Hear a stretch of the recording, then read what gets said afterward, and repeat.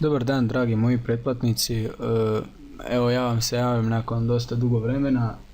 Želio bih vam se ispričati u ime Vuckois tutoriala zbog neodgovaranja na vaša pitanja, zbog nesnimanja videozapisa koji ste željeli i zbog ne postavljanja novih videozapisa. Jednostavno nisam mogao pristupiti svom YouTube kanalu. Bio je blokiran od strane YouTube-a zbog mojih 2 videozapisa kako hakirati Facebook. Doslovno Facebook je toliko zaštićen, znači da sam ja nastradao zbog njih.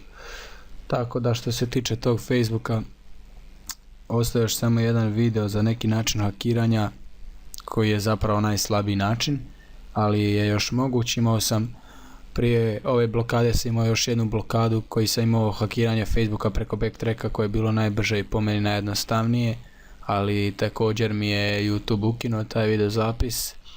Te mi je ovo zadnja opomena prije uklanjanja mog YouTube kanala, a to ne želim.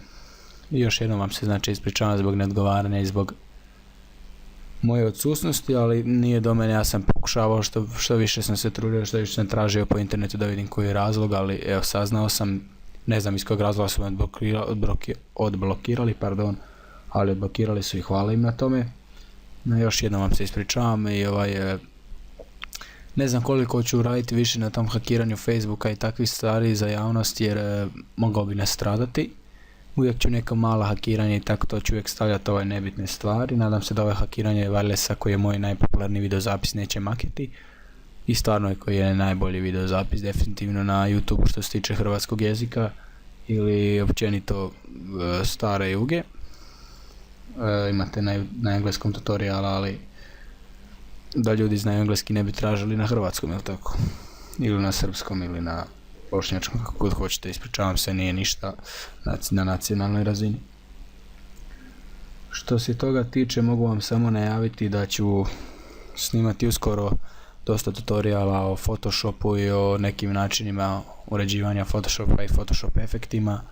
I naravno uvijek neki sitni programčići za vaše računalo. Jako sam se razočarao kad sam otvorio svoju pristiglu poštu na YouTube i kad sam vidio da imam dosta komentara i od tih njih dosta negativno, da su ljudi bili jako nepristojni upravo zato što im nisam odgovorio.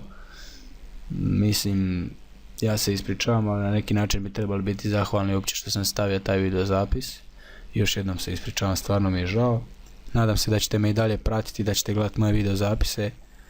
Najavljujem da će ih biti dosta i da će biti stvarno dobri, jer bilo koji od mojih videozapisa radi, nema nijedan važan videozapis, kao što i sami znate, bilo koji tutorial radi, bilo koji tutorial 1000% ispravan. Hvala što ste me saslušali, još jednom se ispričavam, doviđenja, isprika u ime cijelog Vuckois tima. Doviđenja, dragi pretplatnici.